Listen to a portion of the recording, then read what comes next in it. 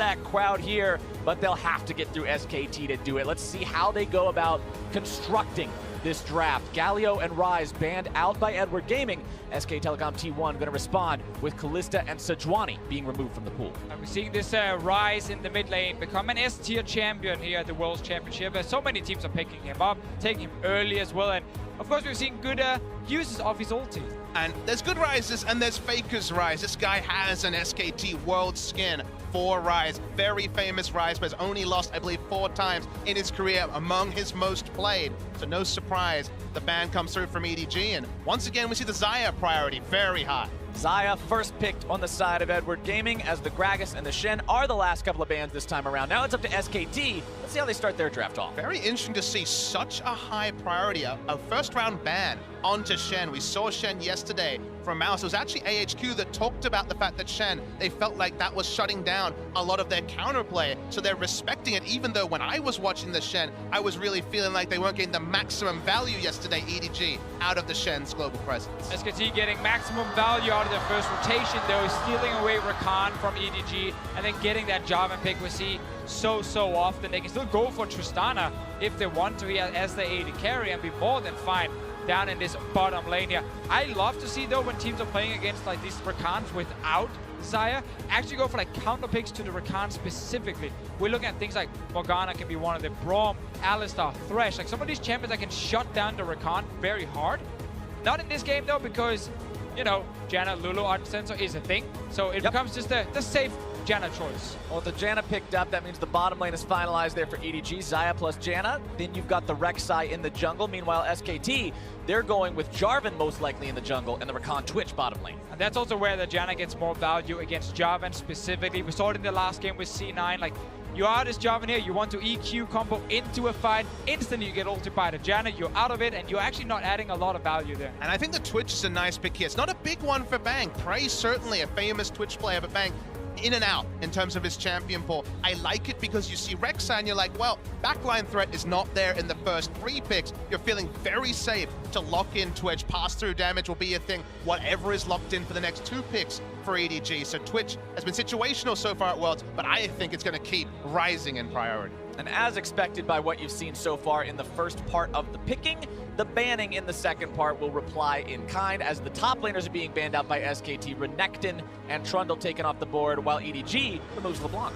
Smells like Cho'Gath suddenly coming in for Huni, and then they can last pick mid for Faker against Scout to make sure they have basically lanes or solo lanes that can handle themselves. They don't actually necessarily need a lot of help in case you want to play around this bottom side where your Twitch is already sitting. So with the Trundle ban, which is one of those Cho'Gath counters, we can see, but sadly I've not seen actually so far at this tournament, but obviously Huni loves to play this champion in top lane. And there's different weeds that people will have. Other teams that play around their top lane that don't have Faker in the mid lane might lock in mid here to potentially flex the Jarvan, but SKT does not play top lane Jarvan with any regularity, so they're happy to go Cho'Gath, one of the dominant picks we've had so far at Worlds, and now Scout has to blind pick for mid lane. And we also need some magic damage from EDG, so Lucian should not be an option for Scout, even though he loves to take that champion. Corki is available for him to pick. Syndra is also there. LeBlanc is banned away, so he can't go back to that one, and he's actually going to Lucian. Okay, fair enough, you swap into Rumble. I'm just going to say very quickly, I do not like this. You're going to get so damn outscaled, it's going to hurt EDG, and they showed yesterday they could not close the game in time, and now they're opting into a snowball comp. When your #1 tank is a Rek'Sai, your comp might have some difficulties in the current state of the game, but that is what EDG has opted into. But what do they want to play against the Lucian? They've banned away LeBlanc and Cassio. We see it often. Will it just be a farm lane, and a farm lane that can go? Certainly Araya. If you checked in at MSI, you'll remember that Faker had struggles in this match. He's played it subsequently. He's been just fine. They're going for Oriana. They're going for scaling. And I see you rub your hands with the Deficio because there's a certain time reader, around 25 to 30 minutes, where you only look at SK Telecom. And I'm looking straight at Clearlove on this Rek'Sai. Now, Rek'Sai, good early clear, can gank in the early game. Clearlove is a player who's not been performing at Worlds.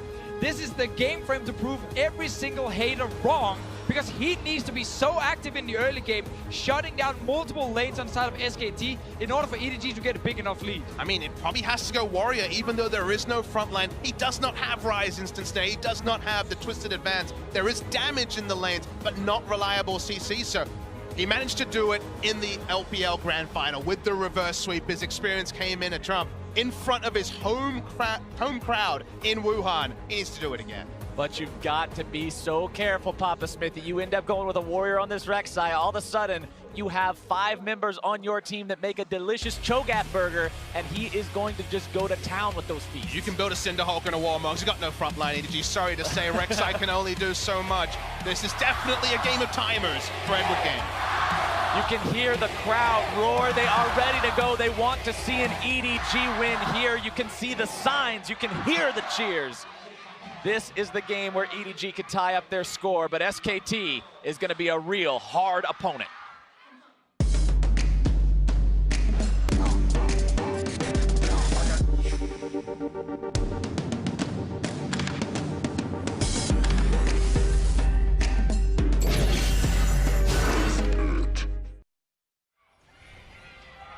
Loaded onto the Rift now for the final game of the day. EDG and SKT, we said it at the start, the 2 titans of their own regions going head-to-head. Again, the most famous matchup between these two, of course, MSI 2015, but now it's Worlds 2017.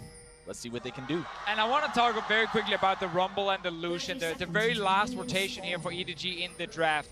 I think they actually said, you know, step away from what is the ideal composition and say what are the best comfort picks available. Mouse's Rumble is actually very, very good, and he's able to have a lot of impact in mid-game team fights with it. And as we said in champs like Scout's Lucian, it is one of the go-to blind picks for him. So they simply said, we could go Gnar here and just a normal AP mage in mid and actually have a better comp, in my opinion. But they're like, nope, go for comfort. That's how we beat SKT. And you need to give comfort to Scout, because again, he's against Faker. Faker was interviewed before he came to World and said, is there any special preparations for facing against an old teammate? He said, no, it's going to be another game. You saw him in the previous match. There is still a single no. He does say that losing to an ex-SKT member would bring him down. Wasn't going to be brought down by Impact yesterday. It's on Scout, and he's starting Cull against Faker, which already feels like a confidence play. That is pretty audacious. And remember, like we saw with Cloud9 versus SKT, you try to do anything tricky against Faker, you're likely to have it turned around on you. The man is considered the best for a reason, so keep your eyes on him as this game goes on to see exactly what he can get done in that mid lane, as we've got pretty standard starts coming out in the jungle and pretty much everywhere. Yeah, we also see that call pretty often in the LPL, even from Scout as well. I don't even think it's too risky specifically. Yeah, you lose a bit of base HP compared to like a Doran's Blade, but the sustain is nice, and the damage is there. Scout with some nice early trades against Faker. You mentioned how Faker has struggled historically in this matchup. Well, maybe he hasn't quite learned all the ins and outs of it just yet, or maybe he's setting me up to be wrong yet again. We'll have to see. We are only at level 2. And sometimes we have to be specific with Faker. Big calls. There is a history. Big predictions. There is a history where he struggled in the matchup. He has been able to circumvent it subsequently, but it was against a Chinese team at an international event, so it goes right to the front of your memory. And it's cool to see Scout, even with all the intangibles, playing aggressive like you should in the matchup against Ori. And again, we're also looking at Clearlove. He needs to be active early on. He needs to be successful. He wants to first gank. Let's see if they can find it. Flashing to the knockup. One to Faker. He's going to be taken low. Scout still looking to find the damage. One more auto attack might be able to do it. First blood for EDG! And what a start! Scout in the mid lane with Clearlove getting a kill on to Faker. This is exactly what EDG needed in order to snowball this game. And the crowd are going wild. They knew what to expect, but we know that Faker will always step forward. He will not be denied. That time, it was to his demise. Everything was shaking in here just for a moment as soon as they got that kill. Let's see the replay. It's a nice gank from Clearlove, and then after the flash from Faker, he just follows, and then we just see Clearlove step out of tower aggro. Scout knowing he can take one more tower shot. Cannon Minion almost did him dirty there, but he was able to live through all of it. Very nice confidence play. Jie able to do it against SKT mere months ago. Now it's on Scout. And this is what we mentioned in the intro. A team like EDG, they can get an early advantage. They can get some of these kills early on, and they need them so badly, because we know the SKT late game with the draft and with the players is amazing. So you do not want to go there if you're EDG. Almost feels like the Janna is wool over your eyes, because otherwise no relic shield on their side. We see it engage. Nice trading coming out from the EDG bottom lane. Bang gonna be losing about half of his health there. The Blade Caller finding the root to allow that little bit of extra damage from the auto attacks on the end of things, as now Peanut looking around this mid lane. Definitely be 3 pushing lanes for EDG and only Peanut to punish them. Counter ganks would spell his demise. No flash up for Clearlove, we should mention. Both flashes used to secure that kill. So we're watching Peanut looking to come from behind. He has not been spotted yet. And there's been no camp on the bottom side, so EDG probably does not expect Peanut to actually invade there. They're gonna get surprised now. iBoy gonna be the one who's jumped on. Wolf starting the fight off. Peanut wants to come in here with the flag and drag if he can. Root comes out onto Bang. iBoy still looking to get out, but not quite yet. Barrier is down, but he still walks away and survives with his life. And that's why barrier heal has become so common in what is usually very defensive bot lanes. It's not even single-digit HP. He lives with over 250. Barrier and heal is a massive injection, and SKT, even waiting for the engage, wasn't enough. See around mid lane, Clearlove is here again. It is Operation Feed Scout.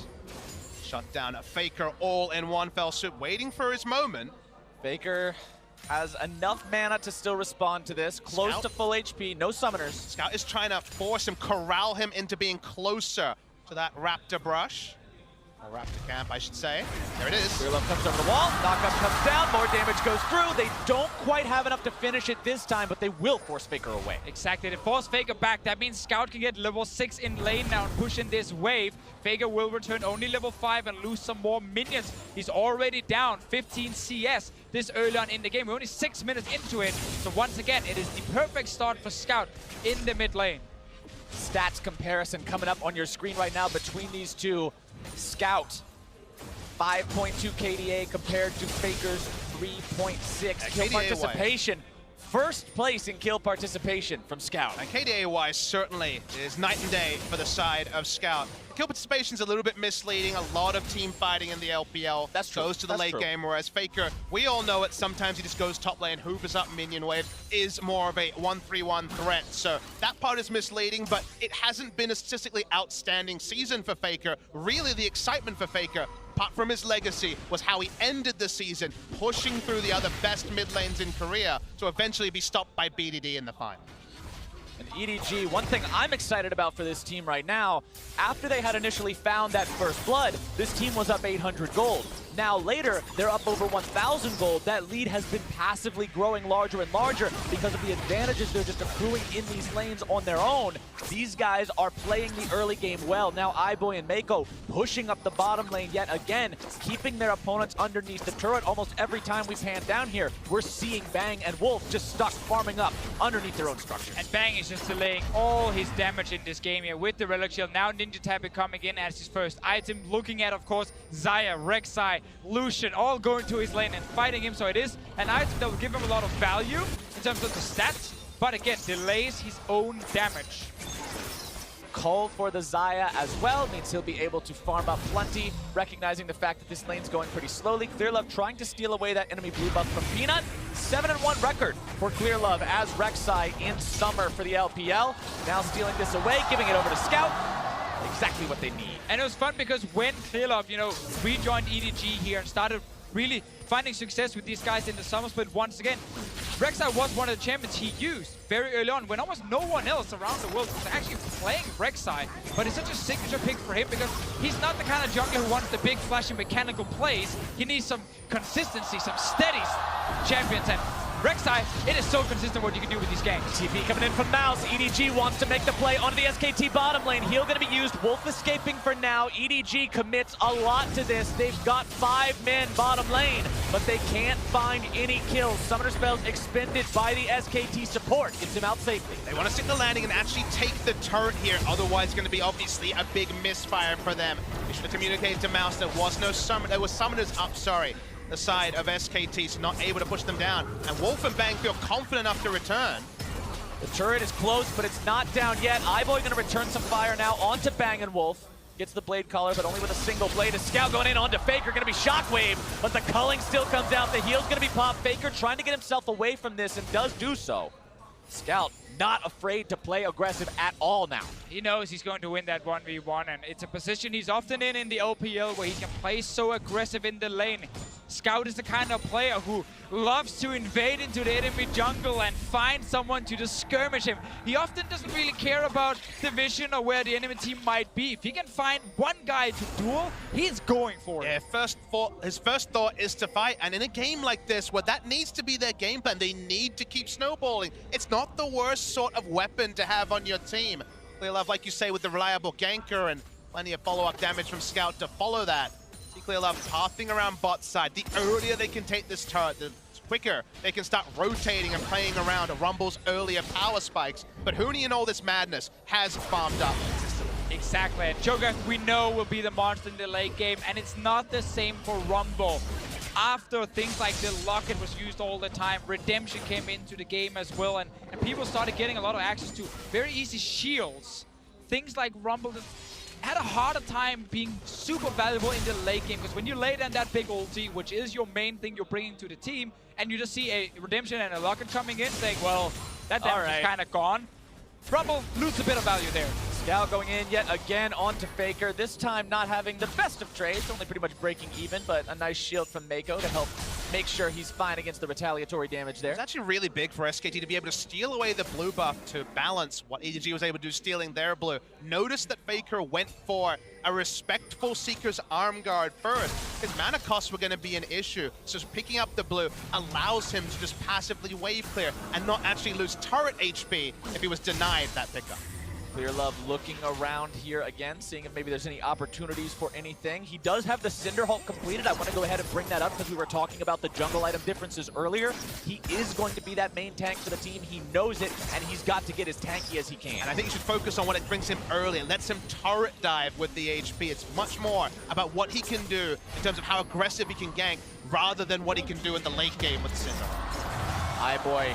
EDG taking down that first turret there in the bottom lane. Scout looking for Faker yet again. Popping the Bilge Water Cutlass, flashing away from the shockwave. Might still be looking to find some more here. The culling coming out as Peanut now going to be taking the brunt of it. The ulti, but the charm and the counterattack is down. Clearlove's forced to flash away, and EDG will not find success this time. Fancy moves right there from Scout, and I gotta say, I'm not a fan of Faker even taking that fight in the first place. He's going with this build that's very, very slow, and he actually just baited in his own jungler and support to come and help him. If you're Faker, you just want to wave clear. Never try and 1v1 the Lucian this early in the game. I mean, he had first roam from his support, so I think he just saw blood in his eyes. That time, it was never going to be there. Like you say, the items weren't there to complement it, but we saw iBoy and Mako sticking together. Wolf made the first roam, spared any blushes, but still, the CS lead exists for Scout. And now EDG gotta make a decision here. Do they want to go top and try and get another tower, or do they want to go bot lane, push out the lane, and secure Mountain Drake? It looks to be the call for more turrets. Simply saying we need the outer turrets gone, we need more gold, so Scout can become a split pusher. And the immediate gold is really what I take away from your point there. Rumble wants to get the first item, wants to get his power spikes going with the Liandry's. The Mountain Drake really represents a later game win condition they're not looking for at all. So making this rotation compared to, say, Reckless, for example, returning to bot lane, it's just different priorities for the side of EDG. And I really like going for the tower. Sure. Because again, Mountain Drake, while it is nice for you when you're going to kill objectives later, you need gold because you want to be an item ahead of SKT. So when they're trying to fight back, when Baron spawns, you just win that fight straight up by being so far ahead.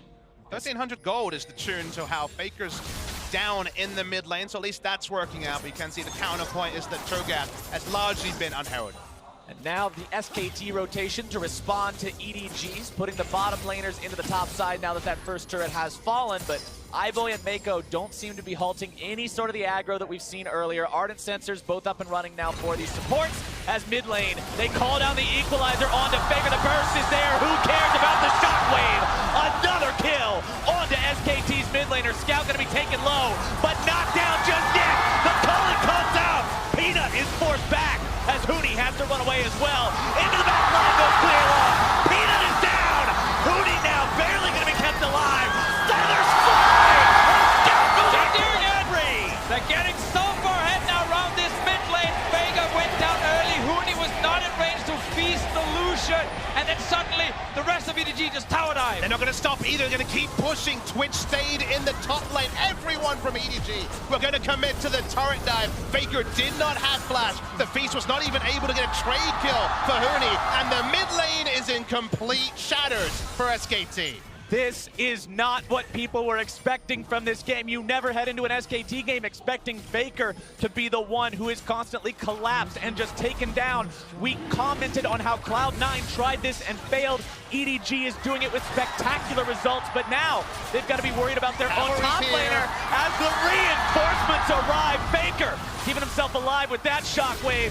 Mal's going to be taken very low, but Huni is rooted up, locked down, and pushes a one-way ticket back to the spawn platform. Huni just got denied again. He's so close to be able to feast someone for the kill, but then the CZ comes in.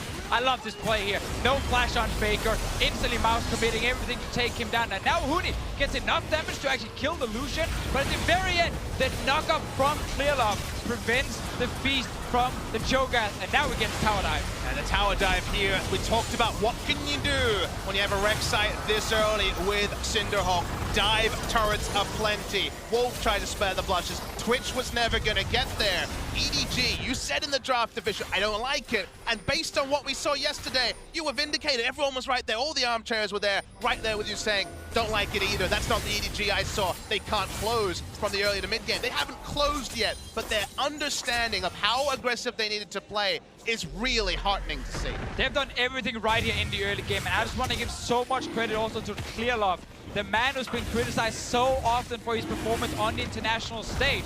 One of the best players of all time, if not the best player of all time in the LPL, is now showing up here in the early game on this Rex. I've been involved in almost every single kill. It's been around the mid lane. Scout was picking up basically all the gold, and that is perfect for EDG. And Clearlove playing here in his hometown of Wuhan. The man is from this place. That's part of the reason why the crowd is so insane for EDG. He is doing them a wonderful service right now, having an awesome game on this Rek'Sai. The 1-0-3, part of all but one of the kills. The only man doing better than him is, of course, Scout, with full kill participation on this Lucian. So let's take a deep breath. EDG, massive driver's seat in this particular game. But what do they need to do next is the question. And honestly, pushing Vision into both the top and bot side, the blue and red side of SKT, is what we need to see EDG doing. Too often in the LPL, you can see them make aggressive plays when they feel like they're ahead. Certainly ahead, 5,000 gold, but that gold lead could start to get smaller. It gets less relevant as the game goes on. So continuing to snowball with smart vision is what I want to see from EDG. And it's interesting they're actually keeping Scout in the mid lane for now. He's far and away the strongest member on the team, and normally you want to put him in the side lane, but they're saying we can take the tower with just a Xayah and then secure Rift Herald. Once the outer turrets are gone, then Scout can split push. Let's see what happens. Bang trying to start the fight out onto Scout here. Nice flash over the wall, staying alive, avoiding the recombo. As now that he's safe, EDG feels comfortable putting effort into this top lane tier 1 turret, continuing to take the Rift Herald. Things are going their way. And they're trading up beautifully here. They had the equalizer in bot lane. That's why Mouse stuck around. Level 11, 2 points in the equalizer. Clears out the minion wave, delays the timer by which SKT can crack their second turret of the game. Meanwhile, Lazy 4 and a Rift Herald already obtained by EDG. SKT stealing away the enemy red buff. They'll take down their second turret of the game, but now Mouse gonna be the one caught out, returning a lot of damage onto Peanut, forced to flash out of that Cataclysm to stay safe. SKT does get that objective. It takes Faker a little while, but at least he gets it, gets that local gold, gets himself a little bit more caught up. He's got a ways to go. And the reason we pointed out much earlier that SKT is the kind of team where you can get these early leads against out them. Here. Oh, actually. Bang, finding himself getting culled pretty quickly. Scout's not going to chase that one any further. But basically, SKT during the summer split, and even also before the summer split, we saw this at MSI as well, like, they have these games where they're drafting very defensively, and they are falling behind early on, especially a man like Faker can be a target for a lot of ganks, but also in the bottom lane, we've seen Bang struggle against some of those, junglers early on. SKT have been in this situation multiple times, and in the LCK here in the summer split, where it's been a little bit more shaky, I feel like they've lost more of those games than we normally see from them. I think that's a correct read. What was working for them at MSI is that even when other lanes were on fire, and Faker himself fell behind at MSI, Huni was actually having massive performance. You'll remember, he was taking all the gold between 15 and 30 minutes, picking up all the CS, being a powered Galio, I guess was the meta back at MSI. But what's happened since then is Huni hasn't played that much in summer. They've gone for Untara, much more of a role player. And here we find a game where Huni has a lot of gold. He's been shut down a couple of times, but he's really the benefactor of a slow early game. And they just haven't been playing that style, and they look less comfortable doing it. Now we also got to see if EDG, after taking down the outer turrets, can use this advantage to get that full vision control you mentioned earlier, Papa Smithy. It's always about pushing lanes first, then invading the jungle. Get down the vision, deny the enemy vision, and look for picks. Look for these fights. You really want to get this Lucian in the face of SKT. Let's see if EDG can steal away this blue buff. For now, that's the concern. Looks like they won't get it just yet. Smite comes out, but it's not low enough. Good patience there on the spear from Peanut. Means he can grab that for himself, but it is denied from Faker. Just contesting this keeps it off the mid laner. Another Mountain Drake spawning as well in a few minutes. So EDG will have a lot of tools to rushing down a Baron, which is a good thing for EDG, because yesterday they spent so much time setting up control wards and then never starting the Baron itself. Never feel like they could just take it down fast enough, and it bought so much time for AHQ. This game, with a Fed Lucian, with double Mountain Drake potentially coming for them, then you can start that Baron and take it down very quickly. And you talked about this same principle last game, Deficio, when we saw Cloud9 take the early Baron, how useful it is for these teams that want to win quickly to be able to secure that and snowball that lead and take enough control of the map that their opponents don't feel safe or comfortable going for that scale. And an interesting stat, actually, in summer season, it hasn't been the big comebacks for SKT. At 20 minutes, the biggest gold lead they've overturned is 4.5k. We're looking at a game where that's already been eclipsed. So SKT need to find new favor, need to show they've worked on reintegrating Huni in the 6 weeks or so since the LCK final, because that has not really been their recent experience, even though they've lost a lot of games. Exactly. And if you look at that draft, right, they have two big tanks in the front with Cho'Gath and Jarvan that won't just die instantly to the AD carries of EDG. You would then have two carries that actually have the ability to reach the back line. You got the ball being moved in and the shockwave from Faker. You got, of course, the ulti from Bang. Scout is getting caught out. Scout in some trouble here. Might have a difficult time getting himself away. Has to try to escape the Cataclysm. Some fancy feet to get out of that one. Make sure he dashes over the wall. Now Peanut, the one in trouble, can't quite flash over. Nearly getting himself killed. Equalizer comes down and takes him out. Mouse grabbing the kill. And they're just trying to make engage where they don't have the damage. It's not a warrior jar, but it's much squishier, and there could be more. Scout's not afraid. They try to go back in. Clear Love looking to grab the ulti, but a dive boy who's got the damage.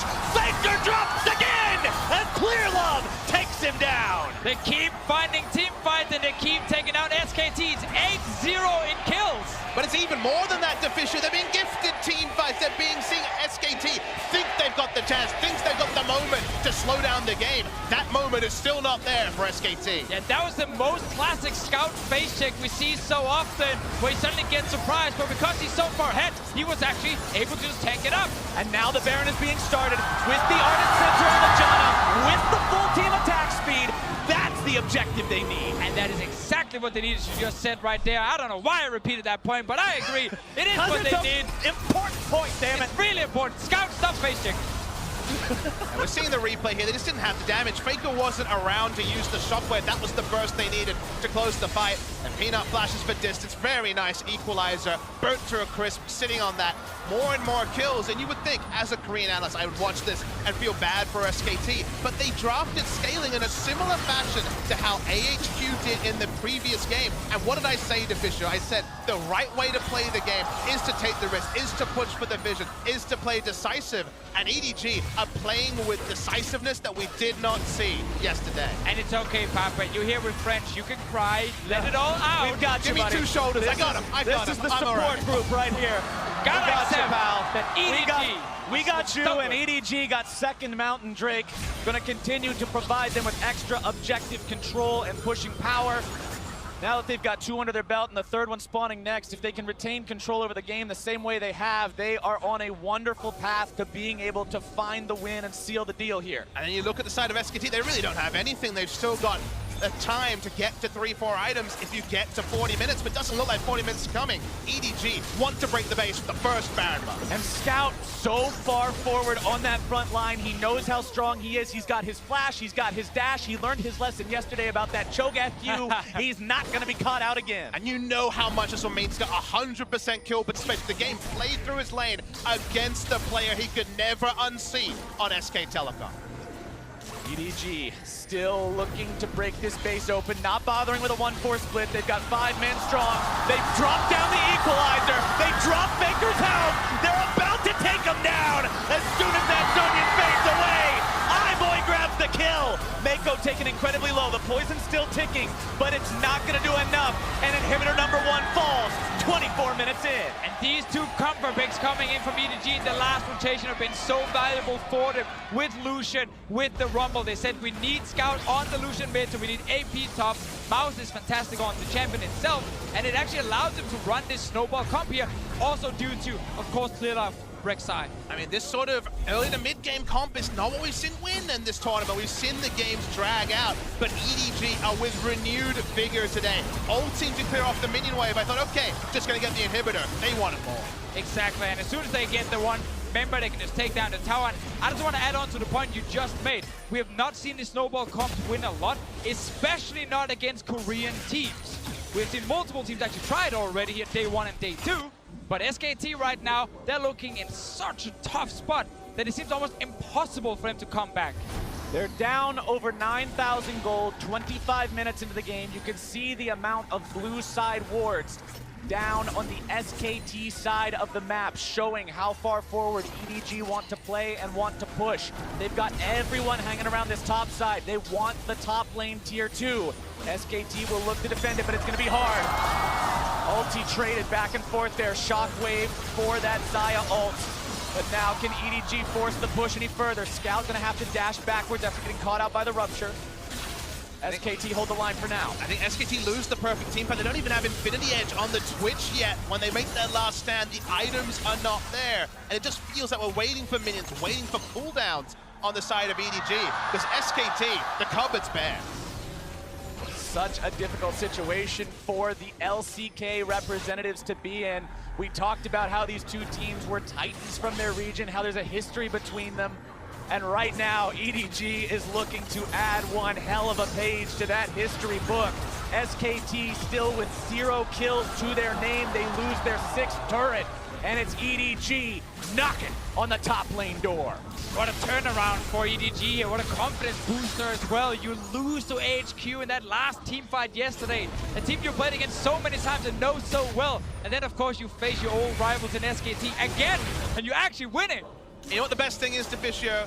Do some quick math. If we do see EDG win this game, every team in this group is 1-1, and we are no closer to knowing who will get out. Everyone looks at SKT, gets the mind back to all their Worlds win, all their LCK wins, and fills in first spot. SKT were not undefeatable in summer season. Sure, they picked it up at the end, but they had that big phase where they couldn't work out a patch and just fell again and again and again. You can cast your eyes and see some important items finally inch towards Infinity Edge. Even the Executioner's calling to deny something like the Redemption, and also the Janna Monsoon is there, but it's still a deficit to the tune of 9.6k gold. And SKT team fighting out of this would be another story, another development, because it's damn hard. And SKT just don't have the gold to get things like Redemption and Locket just yet, so this Rumble is really, really effective when he's landing the Equalizer in the back line. Very little magic resistance or shielding to really save Faker or Bang. EDG continues the push. They've got 1 turret left standing outside of the SKT base. They're looking to take it down now. Scout backing himself up as he does get silenced.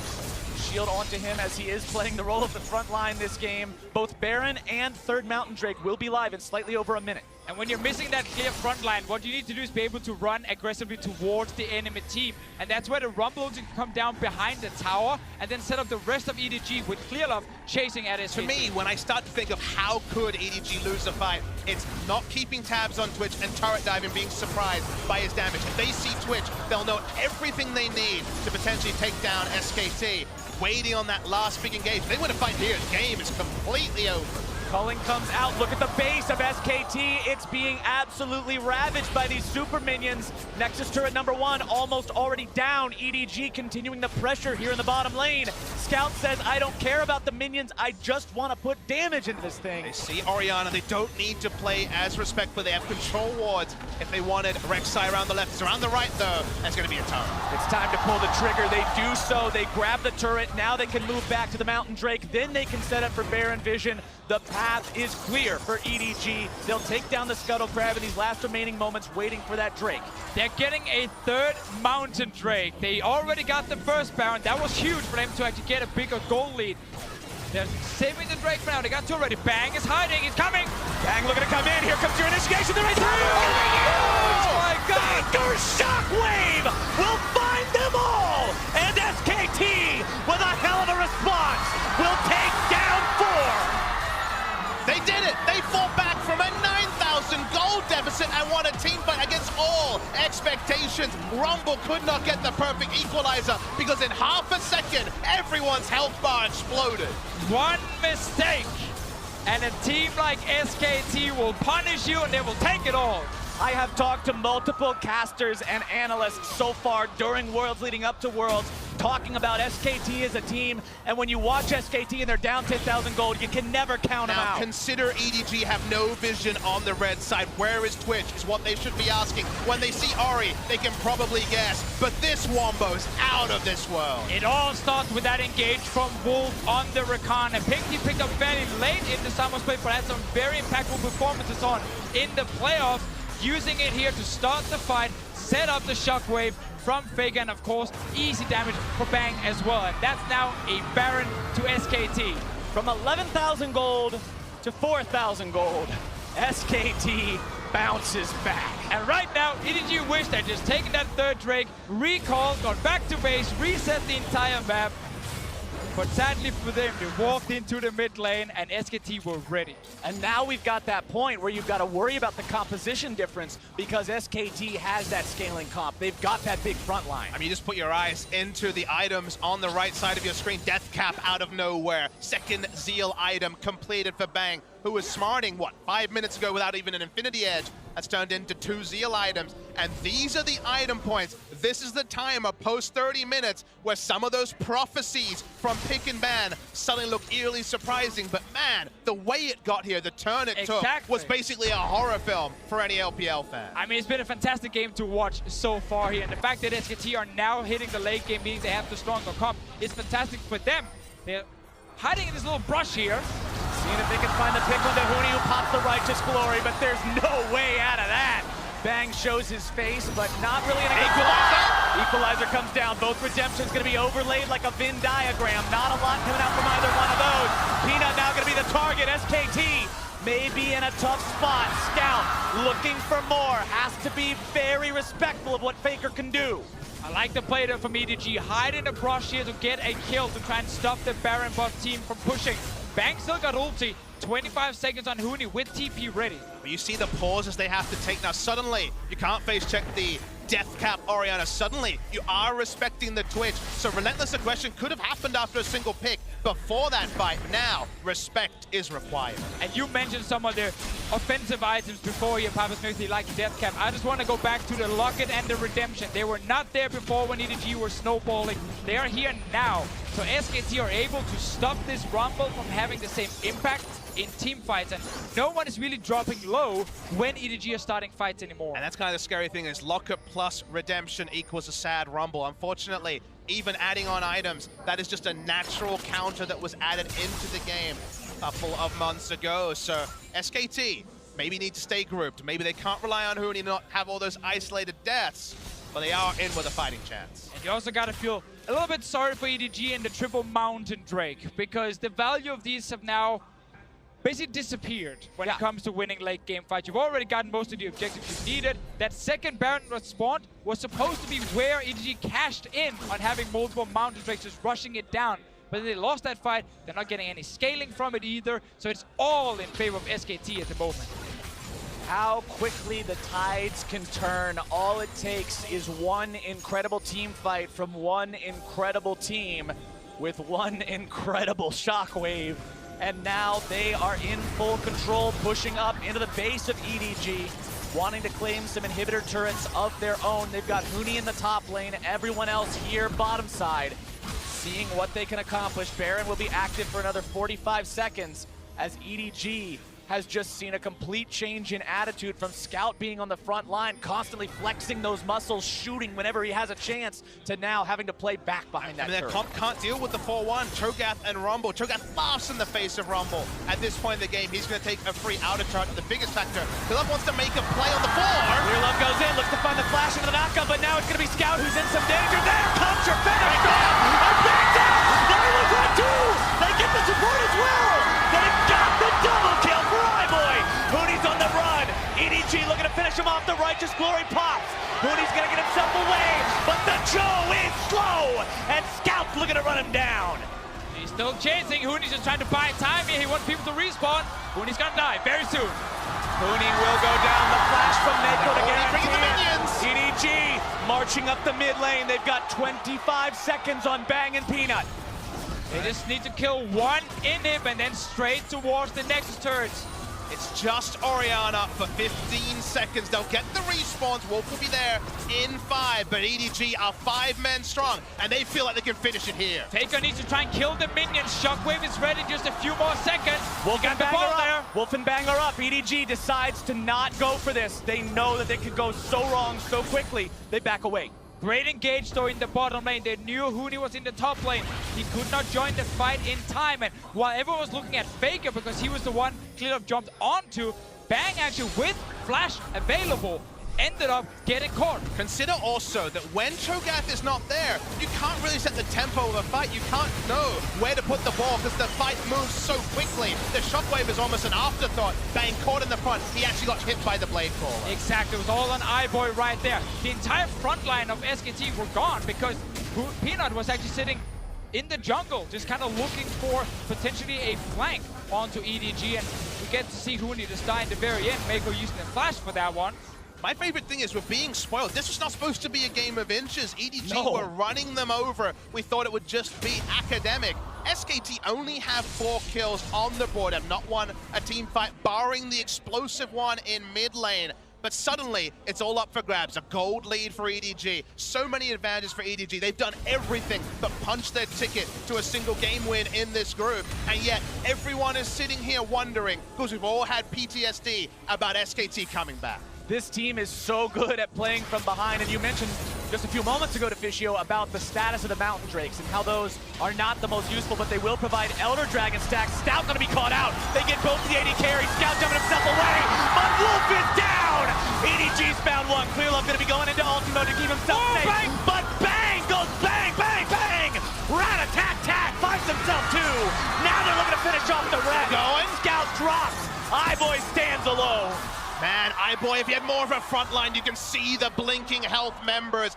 Bang chose his moment, popped out, and the squishy members of EDG were taken down. So often, it is Scout starting fights. This time, once again, face-checking. But I know I was guilty of seeing the start and thinking, maybe this one, they would win. We all saw it right there, equalizing the choke point, both dying early, but that's where the problem with all these squishy members comes in for EDG, because Bang's ulti will always go through almost all of them and deal so much damage. Now, yesterday we saw twice Scout is caught on Lucian, game ends. He's caught here, he gets equalized, but remember, he gets Shockwave, but doesn't matter. Equalizer comes in, but Bang is not there yet. He's not using his ult yet. He pops his ult and silence into 3 shots, and goodbye. 80% HP for 3 members. Very well done by the SKT AD carry. And now with Scout only just respawning, SKT goes to the Baron pit. They look to claim the objective. EDG has no way to contest. This is a double super buff SKT team. And once again, you have one of these games where you just feel like EDG should be able to win because they were so far ahead, but on the other side, you have these legendary players who's been in this situation for years, like Bang, like Faker, and they're able to come up big in the very, very important moments. And the part I love about Worlds is Deficio. It feels like it's a final here. It feels like this is the culmination of something. It's only the culmination of day 2 of the group stage. The crowd going mental every time EDG picks up a kill. SKT trying to steady the ship. It's steady to the tune of 100 gold, but we have to remember where we were in pick and ban. 100 gold at 38 minutes means that SKT's team comp is ripe for success. And you talk about the crowd going mental and the feeling of this whole game, but the arena is silent right now. The crowd is on a knife's edge waiting for the outcome of this game. Everyone knows that the next fight could easily determine which Nexus stays and which one explodes. It's on the individual talent of EDG to win the next fight. They will not have anything going in their favor other than just purely the mechanics and how they're using these specific champions here. We gotta get the perfect equalizer from Mouse. We need Klilov to get a good knock-up on the backline of SKT. Scout and iBoy have had good team fights. They need to find another one to win here. They're against the Baron buff and the Elder Drake of SKT and the late game comp. Once again, Huni not grouped. Of course, they're working on their side lanes here. SKT wanting to take down the last of the turrets, shy of the inhibitor turrets. It goes down, their first gold lead in a while. Inconsequential, like we mentioned, though. Not in any way getting the maximum value out of these buffs, it should be noted. Elder will be falling soon to stay themselves up, and, well, at least we can rejoice, because when we don't see the base being broken, we're going to get at least one more 5v5. Any single fight, any single pick could be this game, gentlemen. Red inhibitor respawning mid lane as Bang opens up on the top lane inhibitor of EDG. Scout, Clear Love, these guys that did so much in the first part of the game now find themselves on the back foot yet again. All 10 summoner spells up on the side of EDG. Not the same story being told for SKT, but they've still got the majority of them. It's like you said, Deficio, it all comes down to who plays it better. Gold doesn't mean anything. Everything before this point is just moot. It's equal ground. It's who's gonna win, and Clear Love wants to go in. He's gonna be silenced, forced back a little bit now. Peanut soaking some damage of his own. Wolf jumping to his aid. The inhibitor turret continuing to tank damage. The knockup coming out again onto Clear Love. Mouse not finding the opportunity to lay down the damage. Scout. As Scout goes over the wall, finds a couple more shots into Huni. SKT now retreating after grabbing the turret. If Huni hadn't fallen low, they would want to stay here longer. Massive group minion wave pushing in bot lane. They prepped many, many moons ago. Huni will, with the war marks though, be able to, out of combat, get that health up. Bang, of course, does not want to ult to try to take down the inhibitor. It's still going to be a bit of a seesaw, but look at that minion wave in bot. Scout getting himself away from the rupture. The minion wave bottom is going to be an issue here soon. EDG holding on for now, but who will they send to deal with that minion wave, if anyone at all? Inhibitor taken very low. Bang still invisible, now shows himself. That means EDG knows exactly where everyone is, but it doesn't look like they're going to be going for the fight just yet. Culling comes out, but to no real effect. Faker going forward, wanting to find that shockwave, instead gets the ult for ult trade. SKT will start to move towards mid lane. That will relieve pressure. Humble will be able to clear out the minions in bot side. But they do lose their inhibitor. It was unfortunately a seesaw where there was only losing options for EDG outside of a miracle outplay on one side or the other. Again, we get one of those most, or maybe not. Oh, Clear Love could be in some real danger. Has to flash away from the cataclysm of Peanut. SKT now looking to run these guys down. Can't quite do it. Clear Love's got the tunnel. And that one was very big for SKT because the main engage of EDG is Equalizer and then Clear Love flashing in, knocking up someone in SKT's back line. That is now gone. And just to be clear, that basically means they don't have initiation. That is about as situational as can be. The moment you're laying down the equalizer to slow people, you are losing massive value out of it. The early game plan where they were forcing SKT on their turn, initiation didn't matter. Now, where the game has become line ball, those few tiny mistakes they made, that one team fight in mid lane, and the team comp really doesn't have the answer. And that's what we said in Champion Select, that EDG had some fatal mistakes on day one, and every one of those windows that you even leave cracked open, SKT is gonna kick wide open. But let's be clear, take the advantage. AHQ had gaping open windows. The gust was coming in, it was a big breeze, everyone felt it. I put on a jumper. The windows here were much smaller, and yet SKT did SKT things. Exactly that. Mooney gonna take about half his HP and damage there. Gold difference over time. You've got a lovely blue mountain range that suddenly dips into a lake of blood, and that blood has been SKT's lead. Has been EDG's lead, excuse me, SKT's revenge as they break down inhibitor turret number 2. SKT are feeling so confident moving forward, hitting the turret, knowing Klilov can't get onto them very easily. iBoys had some good moves where he actually caught out Bang with his own blade call up, and he needs to play very aggressive in the fight and exposing himself to a shockwave or maybe to Bang's damage with that ulti from the Twitch. Scout getting himself away from Faker. Culling comes down. Equalizer also going to be used. Redemption now to continue the fight, but it's Clearlove who drops first. SKT continue the charge. Clearlove taken down means there is no front line for EDG. SKT continues the push. The Featherstorm comes out but won't be finding anything. And SKT will look to end the game here. Scout barely getting himself away. Now going to be juggled around. Now going to be brought down. Faker grabs the kill in the mouth.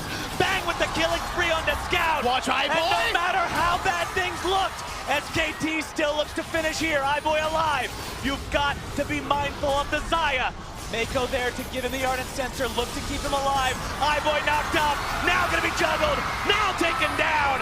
SKT, legends for a reason, find their win. SKT are the best team to ever play League of Legends, and that man has been there for all of it. I couldn't see a way back. The stats couldn't see a way back, but one team fight initiated by Wolf, just like his famous Zyra flash-in at MSI. He went in on Rakan. The Bang was able to clean it up, and from there, you see the resigned looks on EDG's faces. They've had one stolen from them.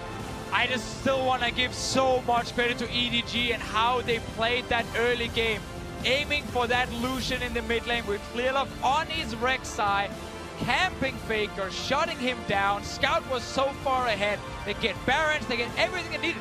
At some point in this game, it was 8-0 in kills to EDG. And that's the thing.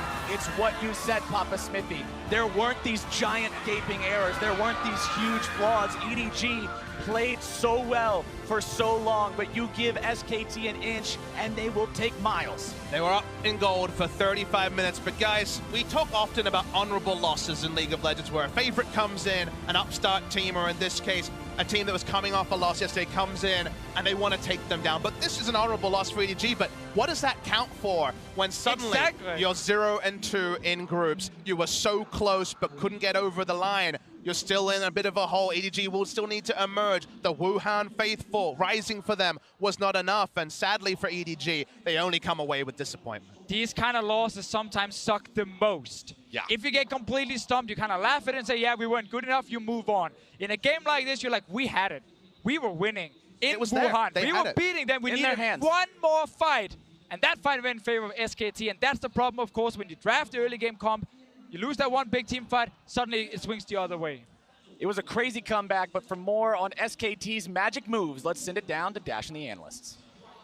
Thank you very much, Captain Flowers. So let him take a breath as he loses his voice there at the end of the day. But SK Telecom, the greatest team in League of Legends history, orchestrate the largest comeback from a deficit at 25 minutes. 9.1K gold down at that 25-minute mark, and they bring it back for a victory. It was one play that defined the EDG basically near perfect the entire time for what their composition had in order to beat that. And then to beat a Korean team is a balancing act that you have to keep up the entire time. And the decision to go mid before the Dragon, before the Baron, was the end of the game. Yeah, they got just a little bit lazy in mid lane, being too grouped up for all of those spells. They didn't need to be that close together.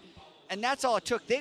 Even EDG was stunned by that play. I saw Scout's player cam afterwards, and his mouth was gaping open as the whole team was like, but because he'd gotten through that the whole game. He was face checking everywhere. He felt like he was invincible. Right. And then everyone just died at once. All right, but Rusty, Papa Smithy said it. He feels that this is the way you have to play against the Korean team. You have to be willing to take that risk, index into the early and the mid game with your champion picks, and then play aggressively into them and try and drive it home for a victory. That's why the LPL LCK matchups are always so exciting. They always excel at early game compositions and teams, and Scout starts it off well with Clearlove. That continues through the rest of the game. They specially crafted the Rumble Lucian to make sure they had mixed damage. They really wanted to, mix and weave their composition and get ahead early, and everywhere got ahead early. And you're starting to see what happens when they do. It looked like they had absolute control of Summoner's Rift, and they did. Yes, they did. It didn't just look like it. Double Mountain Drake on their way to triple. Over 10,000 gold at 26 minutes, but it was not to be. You have to play until the Nexus falls. Now let's go ahead and fast forward to that moment you talk about, Crumbs. SKT with the huge monster wombo combo in the mid lane. Your Acer Predator so replay. Good. They're coming off Dragon, but here's SKT. They're thinking that EDG's defending Baron, but Rakan goes in. A 3-man knockup with a 4-man shockwave and Twitch hitting everybody. It could not get more picture perfect than that. That's the thing. SKT, they needed a miracle, and they found one from every single member of the team working together. Just the combo. Wolf being able to go in first. You watch the shockwave even on him. They all communicated that, and they executed to perfection. We were talking that SKT, even though they drafted themselves in this hole with the Orianna into Lucian, a counter matchup with a weaker early jungler, they only needed one play. One shockwave, one Twitch ultimate was all it was going to take to win the game. Yeah, and even the damage dealt to champions never equalized because SKT was getting so blasted for so much of that game, and they only had so much health in the team fights that SKT was winning to be able to stack them up. And it kind of leaves you in this place, man, where you have to feel for EDG, right? Given the way they played yesterday to then drop the game to AHQ, and then the way they played the early game today against SKT to lose that, and now they're sitting in the group 0-2. They really need to put together some wins here if they have any shot at getting out. Yeah, and this is so interesting to me because in the past, EDG has been the team that goes boom. Right? They lose a game, and then their mentality tilts off. Clearlove took off a split so he could fix that, and you actually expected them after that devastating loss to AHQ. This game was boom. It was over. You thought SKT was going to roll them in 30 minutes. And to me, the fact that they did put up such a fight gives me hope that they can actually bounce back from this and not tilt off the face of the earth. Yeah, the mental resilience from EDG has been noted. Mako even saying in interviews that Clearlove is much more mentally resilient, and he is the rock for the team. He's the captain. His mentality is significantly better. However, with a defeat like this, it doesn't matter what happened in the AHQ game. This is exponentially worse. It's absolutely draining, right? To go the distance there yesterday and today, to have the lead over the defending champions of last year's World Championships, and then to let it slip away like this. It's not that exciting for SKT though, because they are still showing the weaknesses that they came into this tournament. Huni in the top lane was not very impressive. It's a good point. They're showing they're vulnerable, right? Yeah, exactly. They're still vulnerable. They still have that miracle play, that clutch moment that everybody on the team can have, but that's not going to be enough this time around. Exactly. We can appreciate their greatness to come back from that deficit, but we should not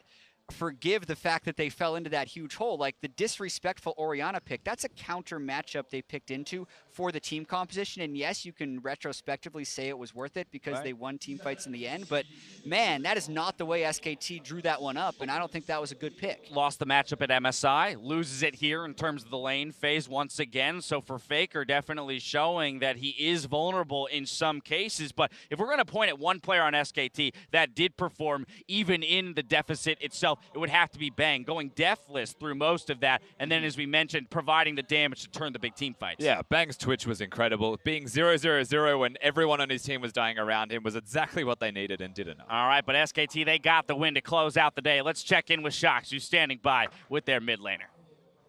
Thank you very much, guys. Indeed, with Faker after a fantastic turnaround. And the first thing I want to ask about is, of course, that moment where you guys turned the game completely around. Faker, can you tell me about that fight in the mid lane where you guys get 4 kills and seemingly get completely back in the game? 페이커 선수 우선 이런 역전승 축하드리고요.